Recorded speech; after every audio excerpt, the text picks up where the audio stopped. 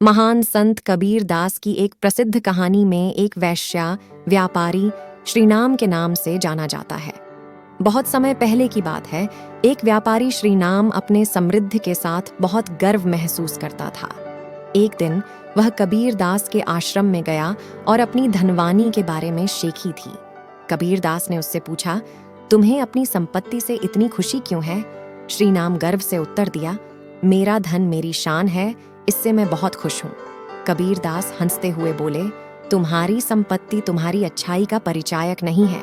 अगर तुम अपनी संपत्ति का उपयोग दरिद्रों, गरीबों और जरूरतमंद लोगों के लाभ के लिए करोगे तो यह धन असली महत्व प्राप्त करेगा। श्रीनाम को इस बात का एहसास हुआ और उसने अपनी संपत्ति का उपयोग गरीबों की सहायता में करना शुरू किया।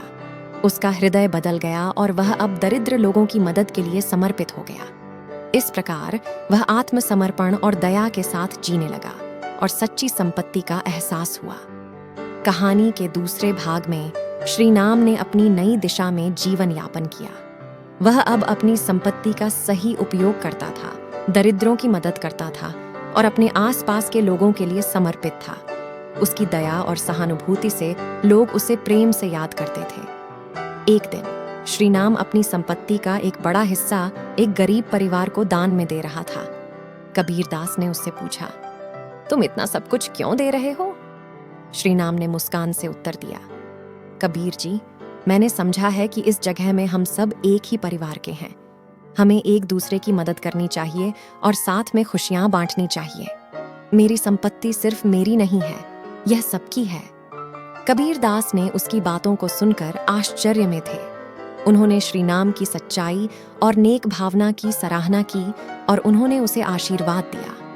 इस कहानी से हमें यह सीखने को मिलता है कि संपत्ति का सच्चा महत्व हमें उसे दूसरों की मदद में उपयोग करने में है। दान, दया और सहयोग से हम सच्ची धनिता प्राप्त कर सकते हैं। यदि आपको कहानी अच्छी लगी है और आप इस तरह की और कहानियों को सुनना चाहते हैं तो कृपया हमारे YouTube चैनल को सब्सक्राइब करें।